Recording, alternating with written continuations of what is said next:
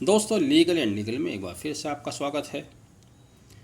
इलाहाबाद उच्च न्यायालय के रजिस्ट्रार जनरल द्वारा 18 अक्टूबर को सभी जिला जजेस महोदय को पत्र लिखकर कहा गया था कि ई फाइलिंग सेंटर की स्थापना की जानी है। उसी के अनुक्रम में 25 अक्टूबर 2023 को ई फाइलिंग सेंटर स्थापित करने का नोटिफिकेशन जारी होता है, लेकिन 28 तारीख को इलाहाबाद उच्च न्यायालय द्वारा अपने ही पत्र पर स्थगन कर दिया जाता है, 18/10/2023 के पत्र पर, जिस कारण तमाम प्रदेश के ज़िला अदालतों में काफ़ी रोष है, नाराज़गी है। मेरठ की जानकारी मेरे पास है, जहां कल की हड़ताल कॉल की गई है 1 नवंबर की। सितंबर अगस्त माह में पूरे माह हड़ताल रही। अगस्त सितंबर के माह में आप लोग प्रकरण को लेकर हड़ताल रही थी, पूरे 1 महीना हड़ताल रही, और फिर से यहाँ हड़तालों का दौर शुरू होता हुआ दिखाई दे रहा है। हालांकि हर समस्या का समाधान हड़ताल नहीं है।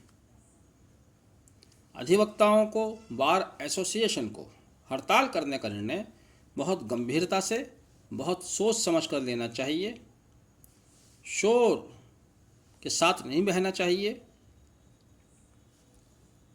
खुद निर्णय लें, आप जिम्मेदार हैं, लीड करते हैं।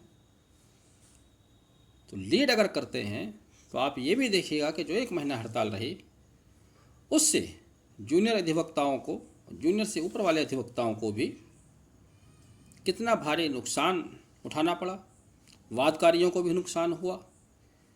उस नुकसान की भरपाई अभी तक नहीं हो पा रही है, और अगर फिर से हड़तालों का क्रम शुरू हो जाता है तो ये तो और भी गंभीर समस्या पैदा कर सकता है सभी स्टेक होल्डर्स के लिए।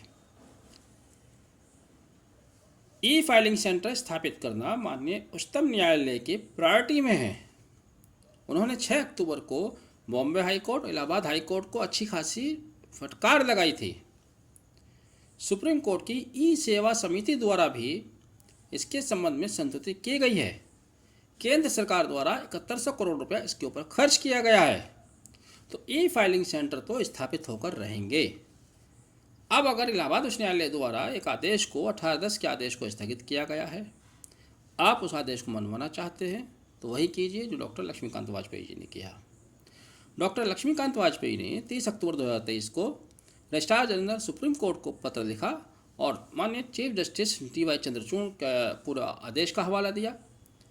सर्वेश माथुर बनाम रजिस्ट्रार जनरल उच्च न्यायालय Punjab and high court, Haryana high court में जो डायरेक्शन जारी किए गए थे उनका हवाला दिया। तो ये एक सही तरीका है। इलाहाबाद उच्च न्यायालय द्वारा जो निर्णय लिया गया है, ये अगर देखा जाए सर्वेश माथुर बनाम registrar general Punjab and Haryana high court में चीफ जस्टिस महोदय के आदेश की सीधे सीधे अवहेलना है। यही बात अधिवक्ताओं को, CJ महोदय को मेंशन करनी चाहिए। पिटीशन फाइल करें, डेलीगेशन भेजें, ये जो भी तरीका अपनाएं, लेकिन मैं समझता हूं कि हर मामले में इतनी जल्दी से हड़ताल की घोषणा करना किसी भी सूरत में और किसी भी स्टेक होल्डर के लिए कतई सही नहीं है।